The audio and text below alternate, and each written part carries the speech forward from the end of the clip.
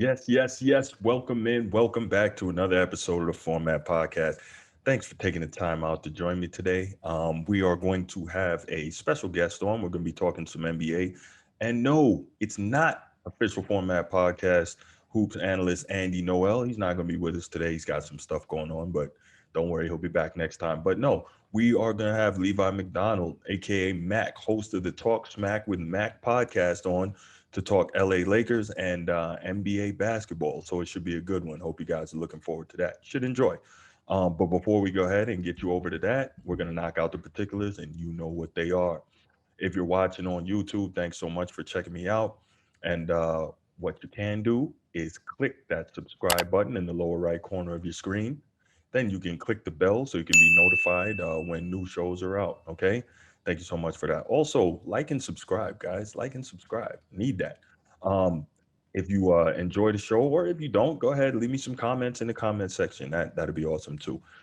If you're on social media, you can catch me on Twitter. The handle is at Bruce F A Hope. That's at Bruce F A Hope. If you're on Instagram, you can catch me at the Format Podcast, at the Format Podcast, and of course, you can email me the format podcast at outlook.com, the format podcast at outlook.com.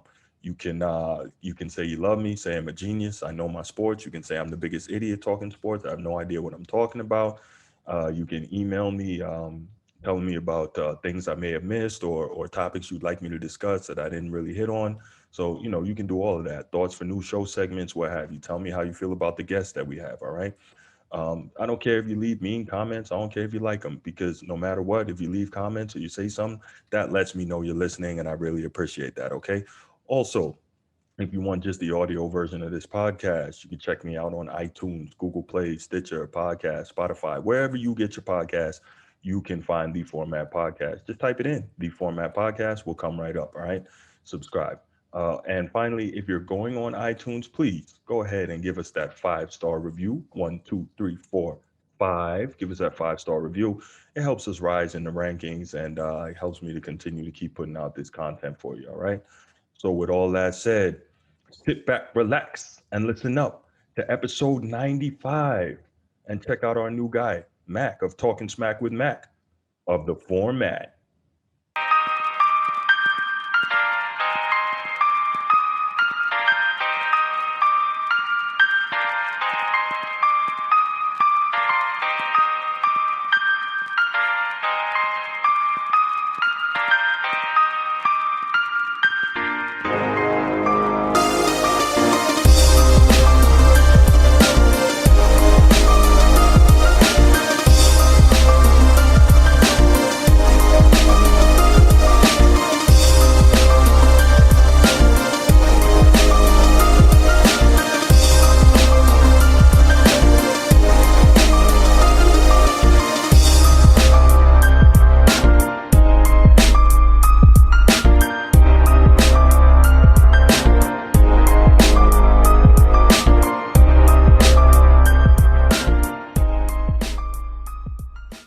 If you are a normal Format Podcast viewer, listener, and you see a new face on the screen, that's because our normal guy, Andy, my hoops analyst, Andy Noel, he had some stuff come up, but we got a real good replacement for you today. Joining us is Mac, the host of the Talk Smack with Mac podcast. How you doing, man? I'm good. I'm good. And don't worry, I know your normal hoops guy is gone, but I'm here, man. I'm gonna talk some good stuff. That's what's up, man. You hold it down for us. So, before we even get into that, man, let me just say, as one to another, man, thank you for your service. Fellow Army veterans. So, always got to show love to that. Go Army, beat Navy, all that good stuff. Always, always, yes. All right, man. So let's get right down to it, man. So Mac, first thing first, man. I know you're a Lakers guy, and I'll forgive you for that because I'm a lifelong Celtics fan. So I'm gonna let you live today. So I'm gonna start with a softball for you as we get going here, man. Where are you on LeBron's place all time as a Laker? Not as As a a player, but as a Laker, Laker. okay, as a Laker, that's Hmm. hard, man. As Hmm. we all know, the Lakers' history, there's so many great players, great players. Right. But at the same time, LeBron was that catalyst that brought another championship to LA. And for that, I think he deserves a spot in the top 10. But Okay. from that 10 spot, I don't really know how much further he can move up right now. Right. There's many players that deliver championships. You got Jerry West, Kobe Bryant, Magic Johnson, Kareem Abdul-Jabbar, Hmm. Shaq. You got James Worthy. You got Lamar Odom. You got George Mikan. You So I'm got gonna all these double you. guys. Maybe I didn't hear you right. You did say Kobe early in that list, right? You Oh, didn't. I did, I did. Oh my gosh. Yeah, what kind of Lakers fan are you? What are you saying right now? Oh, I was saying, how could you put LeBron above those guys? okay, okay. I didn't think I heard you mention Kobe. But go ahead. Yeah, my bad, my bad. No, Kobe is definitely number one in Lakerland, baby. Yeah, that's another discussion. It's Kobe or Magic. But anyway, Oh man, whenever you want to have that discussion, I will brilliantly break it down for you.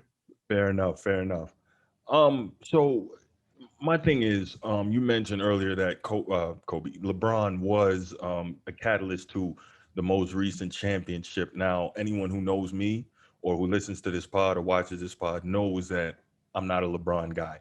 I understand based on his statistical production and the level of championships that he's going to, at the end of the day, be very high in terms of the all-time rankings. I get it. I have my own feelings on that. Again, that's another discussion. But um, I found it interesting that you said he was the catalyst because prior to Anthony Davis's arrival, he couldn't even get those guys into the playoffs. Now, people are going to say, "Oh, he was hurt, and when he went out, Christmas Day, they were fourth in the West." So, as you know, being a West guy, the West is always super tight. So, I believe that fourth in the West was like 2.5 games out of ninth at the time, and also even during that season, which was what 2 years ago now, when LeBron came back, he still had enough time to try and drag that team into the playoffs. They weren't far out. He couldn't get it done. If you remember activating playoff mode and zip.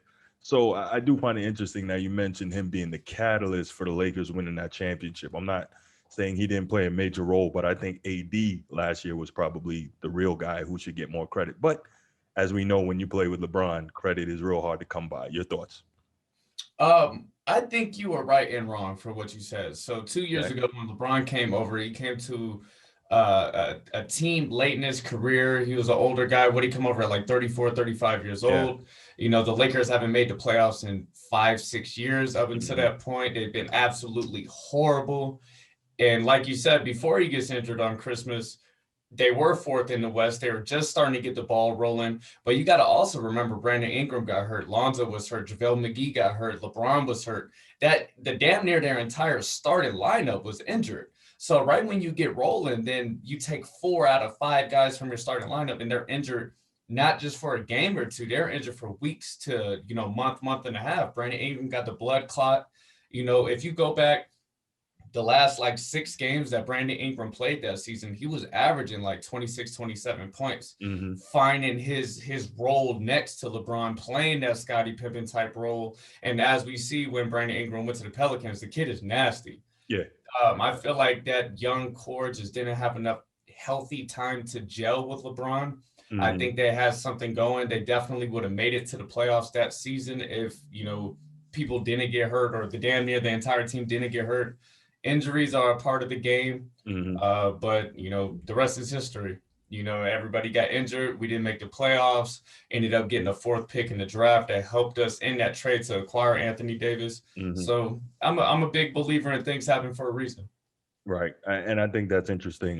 Not to belabor that point too much. It's a good argument, except for the fact that, I'll say LeBron was too busy trying to work behind the scenes to get the entire young core traded so he could get AD there. But, that's his MO. Let me ask you, if you have a situation in which you could trade for one of the best basketball players ever, Mhm. Anthony Davis is for sure going to be a top 50 guy all time. Shouldn't you make that push for that trade?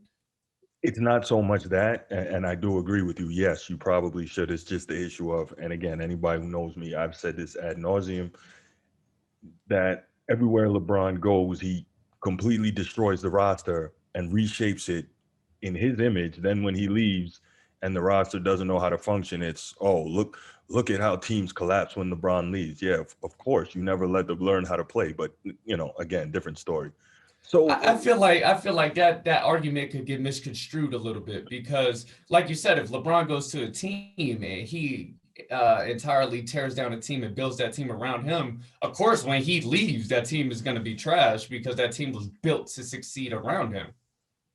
Yeah. So I think there's LeBron lovers and LeBron haters, and there's two viewpoints. You know what I'm saying? And people that could be unbiased and really put their honest basketball opinion out there. Yeah, you could say teams fall apart when LeBron leaves. Is that because LeBron's so great, or is that because the team was constructed around him? I feel like it's a little bit of both. Fair enough. We could do this all day, but let's go on to the next Lakers centric question for you. LeBron or Kobe, who's a greater player? This is not so much of a softball. I mean, for me it is, but LeBron or Kobe, who's the greater player? Okay, so greater player, are you factoring just straight skill? Or are you talking about their accomplishments and stuff like that? So accomplishments play a huge role. So there's the championships, there's the statistics, there's the skill set. So let's say we're taking all that, rolling it into a ball. Who you taking, LeBron or Kobe? I will never choose anybody ever in my life above Kobe Bryant. Kobe Bryant was just a different human being. Do I think LeBron James is an all-around better player? Maybe by a little bit. You know, he's a better rebounder, better passer. He's a lot bigger. Athleticism is pretty close. But one thing that I was kind of spoiled with as a young kid watching Kobe Bryant, I started watching Kobe when I was 6 years old, and I never stopped, Mm, was he was one of the most, if not the most skilled basketball player I've ever seen in my life. There's so many times when Kobe was coming off of pick and rolls, shooting fadeaways, putting up five pump fakes up in a row, hmm spinning off the backside, hitting hmm mid-range shots. Kobe Bryant was just so skillful, and I've never seen another player be able to show off as many tricks that Kobe Bryant had. So I'm gonna have to rock with Kobe, man. I feel like if I'm choosing a team, yeah, I want LeBron to be on there and he's gonna right this ship, make all the guys around him better. But Kobe Bryant is just a proven winner, a killer. The guy with the Mamba mentality comes out, hmm and he, no hmm matter what, he is going to will hmm his team to victory, even if he does it by himself.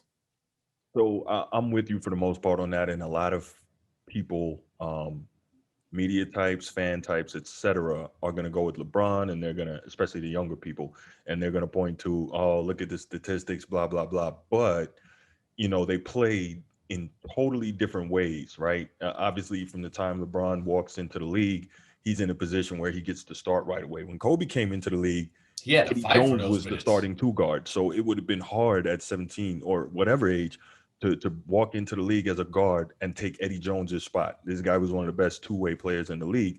A lot of people don't remember Elevator Man, but Hmm. anyway, I definitely agree with you as to Kobe's total skill set. I agree with you as to Kobe's mindset. Kobe didn't duck challenges. I don't feel like he ducked opponents, and that's something that I see a lot from LeBron. Also, to your point, he had such a wider array of offensive weaponry than LeBron does. I think LeBron's game is very limited offensively in terms of his toolkit. Yeah, he's a great passer, but a lot of that comes from having the ball in his hands so much. Kobe, when he wanted to be, was an outstanding passer, but Outstanding yeah, but that passer. wasn't. You had to watch that, and that wasn't his game. His game was to light you up, and he Hmm. possessed the skill set to do it. So definitely, if it's me, LeBron and Kobe, I'm going Kobe. And the funny thing is too, if you talk to NBA veterans, those who have been lucky enough to play against Michael Jordan, Kobe Bryant, and LeBron James, and it's a short list. It's like McGrady and Grant Hill, and maybe a couple other guys, maybe Steven Jackson. It's a short list, but the Tim point Duncan. is, There's a few right, Tim guys. Duncan, Yeah. I think Chauncey Billups. If you notice, none of those guys have LeBron atop that list. Nobody. Hmm. And there has to be something to be said for that, okay? Because those guys aren't being brainwashed by what the media is telling them or all the highlights or whatever. They've been on the court with all three, and they know who the toughest guards are. So it's definitely a preference thing, but I have to agree with you wholeheartedly that I go Kobe. Um, Hmm. yeah. So moving on, next thing, Lakers. Still on your Lakers. What are their chances of winning another championship this year, or even winning the Western Conference with what is likely going to be a lesser version of Anthony Davis whenever he gets back. And if they fail, what does that say about LeBron, if anything, who many people still consider to be the best player in the league and some consider to be the GOAT? And let me just caveat that with, there's going to be a lot of people who's going to say, well, he's in his 18th year, he's 36 years old, what do you expect him to do? But at the same time, this wasn't any different when he was a lot younger in Cleveland and, everywhere else. So what's your take on that? I feel like if the Lakers have to win, they have to win the West. They don't necessarily have to win another championship, but you got to get out the West.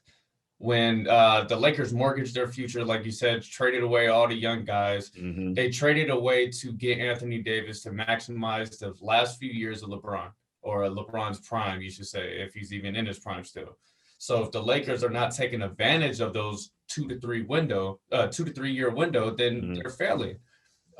Do I think LeBron and the Lakers have to win in terms of solidifying his legacy? Not at all. LeBron is an all-time great. No matter if he doesn't win another championship for the rest of his career, we can still argue that he's one of the greatest players, if not the greatest ever. Now, with that being said, Anthony Davis has been hurt. The Lakers, hurt. We're all dealing with COVID, stuff like that. If LeBron James could still get this wounded Lakers team through the tough Western Conference and to another championship, I think that just shows how great he is even more. But say if the Lakers come into the playoffs, AD's not really rolling because, he's dealing with nagging injuries, stuff like that, and the Lakers lose in the first or second round, you can't make the argument that LeBron is the best player in the league anymore. Fair enough. So still talking about the best player in the league, we'll stay on that for a minute. Who are your current MVPs if you had to vote at midseason? So first, you can give me some of the guys that you think are in the top tier in terms of the race for the award, and then who you think that who you would select if you had to select one right now. Okay, so I definitely think you got to put Steph Curry and Damian Lillard in the MVP race. Question is, are their teams good enough for them to be considered? That's what I'm saying. So a lot of the knock on MVP is you got to have a winning team. Those years after Shaq left for Kobe and the Lakers, Kobe absolutely dominated, averaged 35, was lighting everybody up. He never won an MVP. Right. So for Damian Lillard or Steph Curry to win this MVP, they definitely have to get their teams higher in the Western Conference, maybe even in the top 4. But to be averaging damn near 30 points per game, referencing Damian Lillard and Stephen Curry, they're both shooting in the 50-40-90 club. That's insane. You're the number one guy on your team. Everybody knows that you are going to be the guy taking all the shots, getting the double teams, doing all that stuff. And they're still averaging 30, 50, 40, 90. That's insane. But I think it's only a 2-man race for the MVP right now. I got Dame at 5, Steph at 4, Joe Kick at 3. That dude is an absolute stud. The Nuggets have a good guy for years to come. Was he averaging like a 30-point triple-double this year, playing, at the center position? He's not really the most athletically gifted, but he still affects the game in so many different ways. But I think it's a 2-man race out of LeBron and Joel Embiid. Joel Embiid is just taking his game to new heights this year. There you go. It doesn't even seem like there's a duo in for the Sixers. It seems like it's Joel Embiid's team, hands down. He's the go-to guy. He's absolutely destroying everybody. But without being biased, I got to say number one right now by a slight margin is LeBron. He missed only his first game of the season yesterday against the Kings. LeBron is coming and playing every single game on both sides of the ball. He's affecting the game amazingly on offense as usual. But I got to have LeBron in my top 5 or 7 on defense so far this year. If you watch his game, he's absolutely shutting down the other team's player that he's guarding, and he's helping out around the rim ridiculously more than he has in recent years.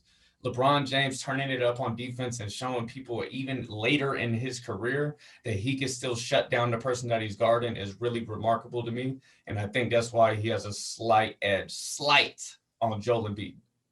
So I'm not going to argue with you that you watch more Lakers basketball than me. You do, clearly. But to argue that LeBron, I'm always iffy with this defensively with him because In my estimation, since the year 2010 is the last time that we saw LeBron consistent, and that was his first Cleveland go around. That's the last time we saw LeBron consistently guarding the best offensive wing slash guard on the opposing team. And that was when Paul Pierce was handing him work and ran him out of Cleveland. And so to me, it's always iffy saying LeBron is locking down the guy he's guarding because often he's not guarding a very good player. They're always looking for that advantageous matchup where he can kind of do the free safety thing, kind of float around, which is why, to your point, he's able to help more at the rim because he's not, for the most part, getting in the crouch and really defending the elite offensive player on the other team. He's always looking for an advantageous matchup. Now, that's smart coaching as well. If you know that LeBron really doesn't have it, whether you say ever or just at this age, to consistently be guarding the opposing team's best player, then that's smart of you as a head coach to say, okay, we'll put you on the easy assignment, let you float, you could play the passing lanes, you could help out on defense, whatever. Okay, cool. But it's always iffy for me to say that he's locking down anyone because that's not generally what's happening in my estimation. With that said, to your point, I got to go Embiid for MVP. Have always liked Embiid, so there may be some bias coming in, even though he's a Sixer. But I've always liked Embiid as a player in terms of his outstanding overall skill set. But this year, to me, seems like the year that he's finally picked to be in shape, for the most part, remain in shape, and truly dominate. Now, I am more old school in that I would love to see him play more on the block. Like Hmm. every single possession, go to the block and start there. Now, if by the design of the play, you end up somewhere around the mid post, mid range, or the 3 point line, so be it. But you should be starting every single possession on the block because there is not a big in this game who can guard him, when he decides he wants to dominate. He's For like the instance, modern Elijah Wan. yeah, yeah, that's a great comparison. And Elijah is his idol. Now I wouldn't take it Hmm. too far. I had a guy on Twitter tell me the other day that he's better than Elijah and I was like, okay, Don't stop. But disrespect now. right, don't be You better do your disrespectful. due diligence before you Right, start disrespecting goats. that's a fact. That's a fact. But I mean, if you just look, Embiid had I think 40 and 19 last night against Hmm. multiple time defensive player of the year Rudy Gobert, who's a very good player, but he completely dominated him. I don't know if it's Doc Rivers. I don't know if it's the loss in the playoffs last couple of years. I don't know if it's he's got a new baby. I don't know what it is that got into Embiid this year, but he has it in his mind to dominate. Now, I'm not normally a stats driven guy because I think stats are used so often in today's game to, I don't want to say lie, but they're not. Sell a story. Yeah, so there, thank you. Yes, to tell a story, right? And so, you look at what Embiid is doing this year, 30 points a game, 11 rebounds, 52% field goals, 41% from three, 85% from the stripe. It's hard I don't think we've ever seen a big with those kind of numbers. Now, obviously, a lot of that has to do with the fact that there's very little big man competition in today's league and also the way the game is played. But at the end of the day, he is absolutely dominating. And it's not just him, his team is 24 and 12 on the season and really playing some really good ball. They're one of the best teams in the East. So I'm looking at Embiid and saying, if it's me right now, I don't know. I don't think it's runaway, but I think he should clearly be the most valuable player in the league. Now, there's a whole second half of the season to play, but I think it's Embiid. I would not argue with you for if somebody would have say Embiid or if he were to win it later on in the season. He's playing absolutely amazing, man. Hmm. Everything you said is good stuff. And I agree with you with him being on the block. When you're 7 feet and your post moves are that crisp and Hmm. there's a lack of big man talent in the league, Hmm. oh yeah, you get in there and it's barbecue chicken, baby. You're Yeah, eating that stuff up down right. there. And Barbecue chicken last works. year and the year before, when he was chucking up all them damn threes all the time, Hmm. it's like, what are you doing, man? You're a Right. giant. Get down there Yes. and do giant things. Right. Right. Absolutely. Okay, so let's go to this. Something I wanted to touch on. Andy's not here, and he's a Nets guy, and he and I discussed this prior to it happening in terms of the Nets, and obviously the big move with them getting James Harden this year and having their own big three, which for the most part I think has only played 7 or 8 games together, but it's still been just an incredible fit. And so where I wanted to go with this real quick was I wanted to say I was dead wrong, and Andy was right about the Nets because I did not think it was going to work. I had no idea that they were going to be able to mesh so quickly and have the type of success that they're having, especially in terms of Kyrie Irving and James Harden. But I can admit I was wrong, and Andy hit it right on the head.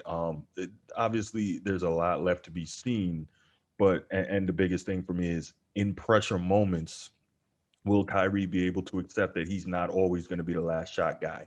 Is he going to make smarter decisions? Now, part of that's been handled by taking the ball out of his hands more and letting James Harden make decisions, and that's proven to be, fruitful.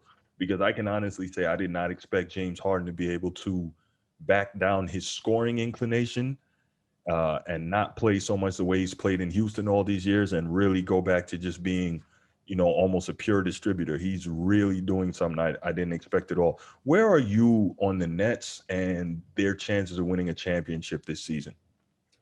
So when they initially made the trade, I was just like everybody else. Damn, they have one hell of a big three. There's a lot Hmm. of A lot of firepowers. firepower, yeah. Three of the best and most efficient scorers in the league. James Harden, maybe not the most efficient, but at the moment since he's been on there, the homie's been balling. Hmm. Now, my biggest issue with the Nets is never what are they going to do this regular season? Are they going to mesh? I wasn't worried about that. Hmm. My problem is that they traded away Jared Allen. They traded away their depth. Yeah, they have DeAndre Jordan and Joe Harris, two guys outside of the big three that could kind of compete. But I'm thinking long term. I'm thinking playoffs. What is going to happen when you have your three best players not putting up ridiculously high efficient numbers? All three of them in the 50, 40, 90 club. That's unheard of for the amount of shots that those three take. Now, with that being said, in the playoffs, when you come and you're playing against Giannis, you're playing against Joel Embiid, who's going to stop them? Or hypothetically speaking, if they play the Lakers in the finals, when you run AD at the five, DeAndre Jordan is now irrelevant. What are you going to do? Have him play cover AD? That's insane. So when you have AD at the five, you take DeAndre Jordan out the game. Who's covering AD? Is it Kevin Durant? And then who's covering LeBron? They have glaring weaknesses in their front court and on the rim protector shot blocker side when DeAndre Jordan's out the game. I don't even think they have another center on their team. Mm. So I want to see what's going to happen when those three guys aren't shooting as well. Their numbers, I'm expecting them to come down a little bit. Hmm. And then what's going to happen when you have a big man forcing his way in the middle and DeAndre Jordan just can't stop it? KD's not stopping Joel Embiid. KD's Hmm. not stopping Giannis. Hmm. I want to see how are they going to make up for that. Because I just don't think in the playoffs you could just outshoot everybody. I think the assumption is that when you got three guys like that who are nuclear weapons, Get you away can with count on having having at some. least two of them, being on in any given game. So if one of them's off, okay, but you're still gonna have two guys who can go to work. I think that's kind of where their mindset is. And then if you get one of the bench guys or one of the lesser guys, Joe Harris knocking down shots or what have you, to contribute, then you'll be okay. Yeah, I feel that. Say you go into a game, Kyrie's not shooting well, and then KD's playing center and he's Hmm. in foul trouble. Hmm. Now you have both of those guys up, struggling. Hmm. That's what I want to see how that chemistry plays into account. What is Steve Nash going to do? It kind of seems like he's not even coaching for Brooklyn. It seems like the guys are just kind of doing their own thing. But yeah, man, I want to see playoff time.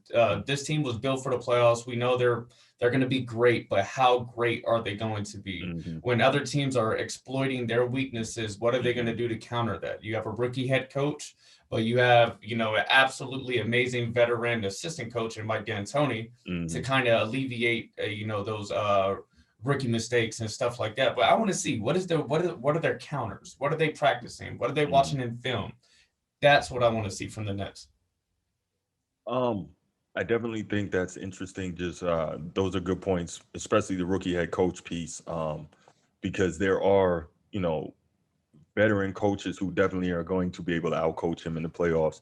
And then we know Dan Tony, even though he's the veteran voice of reason, he's not a guy who's great at making playoff adjustments. So it should be Mm-hmm. interesting. Very You got interesting. Doc Rivers, Nick Nurse, Mike Budenholzer, all outstanding veteran coaches in the East. Yeah, it's going to be very interesting. All right. And finally, before I let you get out of here, man, the All-Star game is on the horizon. That's coming. Here's my question for you on that. Has the three-point shootout really officially overtaken the dunk contest as the most popular event of All-Star weekend?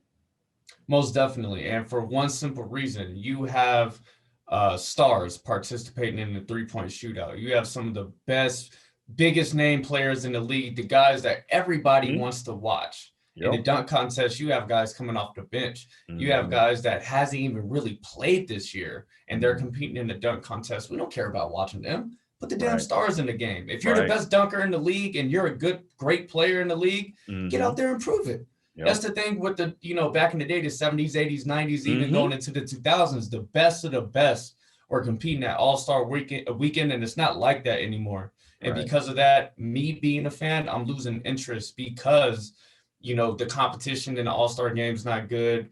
Hmm. The dunk contest, we're not having the high name, high profile guys out there doing things. So it's kind of like deterring my interest.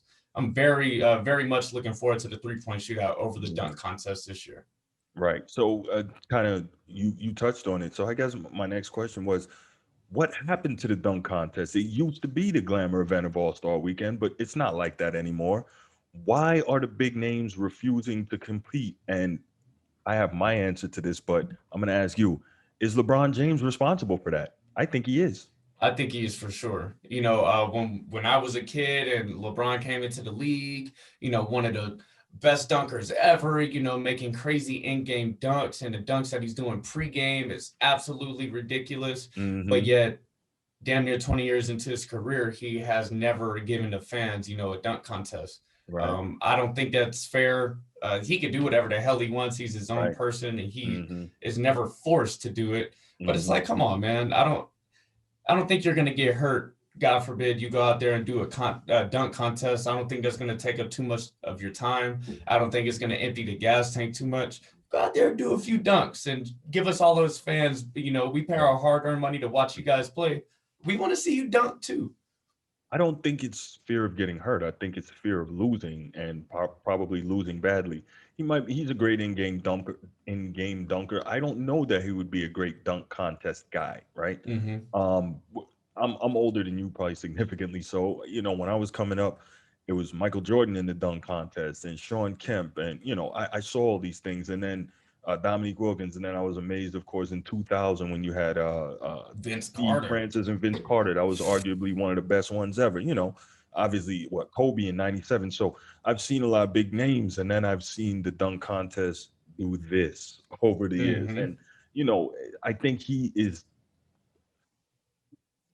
I mean, I don't want to. Yeah, I don't care. I think he's directly responsible for it, and it's it's a bad look. There's no reason that Zion should not be in the dunk contest, I was just and about to say, if I'm sure the Zion league does begged him to not do it.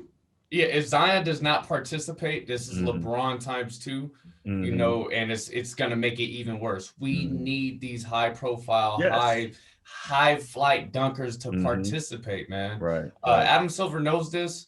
The All Star game is, like you said, it's a downtrend for the Hmm. last 5 or 10 years. They're Yeah. not really competing. It's not Right. really fun. They have made changes recently to kind of Hmm. spark interest into All Right. Star weekend because it's been getting boring. Right. And that's one thing I like about Adam Silver in the NBA is that they're willing to make changes, willing to try new things out. And I Hmm. think their next goal is to kind of get these high names back into Hmm. the dunk contest, man. Give us a reason to watch. They're gonna have to find a way to better incentivize those guys. But Yes, yes. we'll leave it right there. Mac, before you get out of here, man, tell the people where they can find you. Hey, man, I just want to let you guys know you could check me out on Talk Smack with Mac on YouTube, Instagram, or anywhere that podcasts are streamed. I dive deep in the world of sports, music, and life, and I'm dropping podcasts every week. Make sure you guys check me out. All right. Hey, Mac, thanks so much for taking the time to come on the show, man. I really appreciate it. It was good talking with you. We'll definitely have you back. I want to have you on next time with Andy. So we're definitely gonna kick that. My NBA guy, and should be fun, man. Good luck to you, and thanks again. Yeah, appreciate it, man. You know you're basketball, so I'm very looking forward to talking to you again. Absolutely, man. You have a good one. All right, brother. You too.